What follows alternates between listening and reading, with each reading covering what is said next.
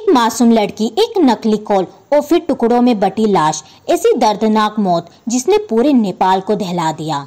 5 जून 2009 नेपाल की राजधानी काठमांडू में रहने वाली 19 साल की लड़की ख्याति श्रेष्ठ, उसके मोबाइल में एक अनजान कॉल आता है। कॉल करने वाला ख्याति को कहता है कि वो VOW मैगजीन से 20,000 रुपए का इनाम और पोखरा की एक फ्री ट्रिप जीत गई है और उसे इंटरव्यू के लिए आना होगा। ख्याति बहुत ज्यादा खुश हो जाती है क्योंकि वो 20,000 रुपए जीत गई थी और वो अपनी फैमिली वालों को भी बताती है और कहती है कि उसे इंटरव्यू के लिए जाना होगा। लेकिन उसके घर वाले उसे अकेले नहीं भेजते, उसे पुतली साधक जहां इंटरव्यू था वहां तक छोड़ने के लिए घर में काम करने वाले राजा को उसके साथ भेजते हैं। ख्याति जब इंटरव्यू के लिए पहुंचती है तो वहाँ एक लड़की थी, मोरिना सागी, जो ख्याति का इंटरव्यू लेती है। मोरिना ख्याति को अपनी बातों पर फंसाकर उसे एक टैक्सी में बैठाकर उसे काठमांडू के खुशबू इलाके में ले जाती है, जहां पहले से ही साजिश तैयार थी।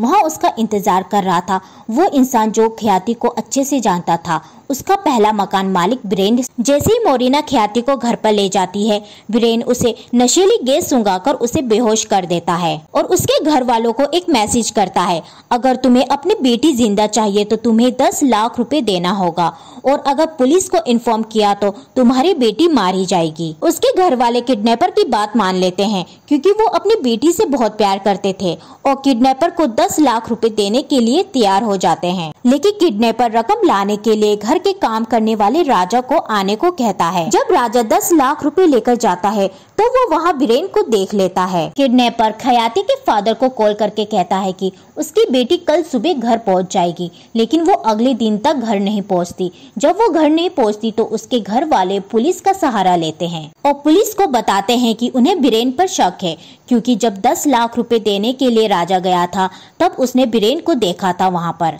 पुलिस वाले बीरेन को ढूंढने लग जाते हैं, लेकिन कुछ दिन बाद बीरेन और मोरिना को पकड़ लिया जाता है। बीरेन बताता है कि वो जुए की वजह से पूरी तरह से कर्ज में डूब चुका था, उसे कहीं से भी पैसे चाहिए थे, तुरंत और बहुत सारे। बीरेन ख्याति की फैमिली वालों को कई सालों से जानता था और वो उनका मकान मालिक भी रह चुका था और उसे पता था कि ख्याति के माता पिता उसकी पढ़ाई के लिए पैसे जमा करके रखे हुए हैं और वो ख्याति से बहुत प्यार करते हैं। अगर ख्याति को अगवा कर लिया जाए तो उसके परिवार वाले बिना सोचे समझे फिरौती की रकम दे देंगे। इसलिए उसने पहले ख्याति को किडनैप किया और फिर उसको जान से मार डाला और उसके लाश के 6 टुकड़े कर देता है।